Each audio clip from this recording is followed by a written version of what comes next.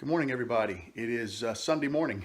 I haven't been in the shop for a few days. We've had several soccer games. We've had several lacrosse practices. My son tried out for a play. There's a play coming up, and he went and auditioned for that. Um, and just been busy around here. I worked yesterday in the yard most of the day. Mowed the grass Friday night, and then yesterday moved a bunch of dirt. Our house is almost 2 years old. So where they backfilled along the foundation, it starts to kind of, settle in, and it's hard to get grass to grow there. So I went and backfilled it with some loose dirt, and I got some grass planted. I need to get out today, hopefully, and pick up some straw to kind of cover that with, keep the birds out, keep the moisture in the shade on it. But that's been keeping me busier than heck. But I do have a little bit of time today. Today's club day. I've got a club meeting at 1:30. But in the meantime, what I want to do is I'm going to work on that box I started on. I also have some new wood that came into the shop and some people to say thank you to. So let me show you that. Stephen Froome sent me this gorgeous piece of pink ivory. It's currently encased in wax, which is relatively common when you get exotic woods. It is a beautiful piece of wood. There looks like there might be a little bit of a crack in it there, but I think I can work around that. That is it's gorgeous. My daughter saw that and was like, ooh. So, you know what might happen to that blank. Jim Lindsay, look at this. Jim sent me some Bartlett pear, and he sent me a piece of mystery wood. He thought it might have been magnolia, but he wasn't sure. I'm going to turn it and see if I can try to figure it out. Hopefully I can. And then Jim made me a pin, and let me pull this aside so I can make sure I get all the woods that he put in this pin. Let's see. Where did I see that at?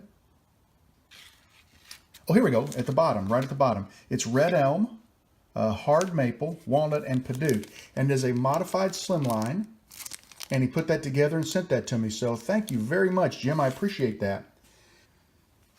And lastly, this came from a good buddy of mine over in the United Kingdom named Tony Oakshow. And Tony sent me some pin kits. Now, he purchased these in bulk from China, and they look similar to some of the kits that I use. So he asked me, would you turn these kits and give me your opinion on how they stack up to the kits that you're getting here in the US, because they seem to be a very good deal price-wise. So I'm going to be doing that. What I need to do is, I haven't opened them yet. The pieces are loose in there, but I'm going to open them up, find out which kits that they are the closest to. Then I'm going to order some of those kits, and I'll turn them side by side, and I may do some videos on that for you guys, and we'll see if these are a good deal or not, because if they are, he showed me the prices. I don't remember what they were off the top of my head, but they are extremely competitive compared to what I'm buying right now.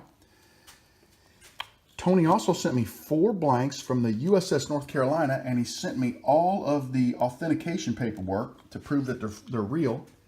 And these blanks are from another ship. Now, I'm not going to mention which ship this is right now because I don't know.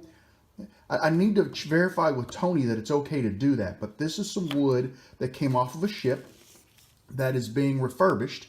And Tony thought I might like to turn it. So I'm going to be turning this in an upcoming video. And I will check with him and make sure that it's okay that I give out the information on this. And lastly, something that I found, check this out. These are still sealed in the plastic. 5 wheels, 3 of them are locking. And look at the price I paid for those, $8. I got those at the Habitat for Humanity store. And what my plan is I've been wanting to build a little racking system. I never have enough workspace. So I've got an idea for a mobile workspace.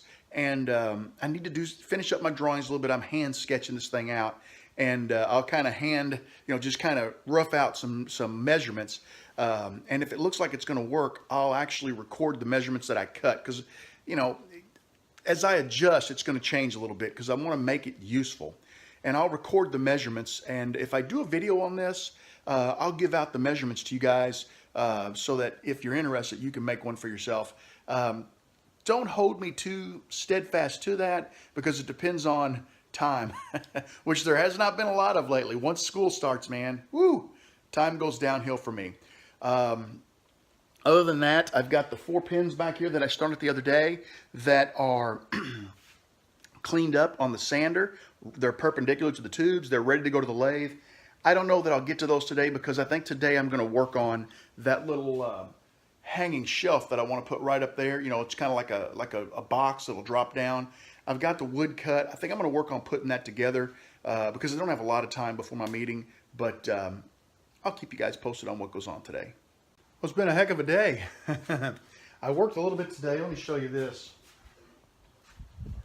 Oh, let me get it up here. Let me flip my camera around. This is going to be my drawer.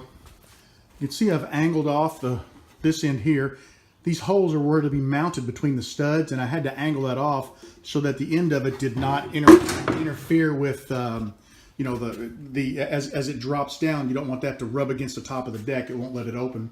But there it is. I've got one little piece to cut and fill in right here, and it'll have a nice solid bottom. I've used glue and screws all over it, so it should be relatively solid. I've been using my new sled, and I am absolutely blown away at how well it works. I just did butt joints on this box, and they're like so tight. I mean, they just fit perfectly. I used Type-On 2 and screws to hold everything together. I can't wait to try that with some angled cuts. I'm ready to build a few picture frames. Just something simple, just so I can test it out, because it took a while to dial the saw in, but now the saw's dialed in. God, I love how it's cutting. It's just amazing. Now, something else. Let me show you this. Let me flip you around again. My buddy, who made me a Polyresin Blanc with the brass in it, made this one. He took several of those he made several blanks with the brass filings. Then he cut them into random pieces and put them back in black polyresin, and he gave that to me today. I can't wait to turn that. Isn't that cool? It amazes me what some people come up with, their ideas. It just blows my mind. But I'm back out here for a little while. I'm going to work on this a little bit more and see how far I can get, and I'll keep you guys posted. I'm getting ready to call it a night, but here you can see the start of it. There it goes up into the rafters, and it comes down from the rafters. So what I need to do now is two things. Number one, when it's up, I need to build something right here to latch it into place. And then when it's down, I'd like to build, I think what I'm going to do, I've recently bought a dado blade, and I've been wanting to try this. I think I'm going to try building some dividers. And those dividers will be just a little bit larger than this can. And the way I designed that is, it'll hold 5 cans back, 3 cans across, so 15 total cans. And I've got 1, 2, 3, 4, 5, 6 there, and I don't know, maybe another 3 or 4 in here. So I've got room to grow, but then within those dividers, you can also put other stuff. You know, maybe my steel wool can go in one of them, you know, so that it's all kind of kept together. But that's how it's going to be for tonight. I'm just going to leave it there, and next chance I get, I'll come out and work on it some more. Take care, everybody. Have a great evening, and thanks for following along.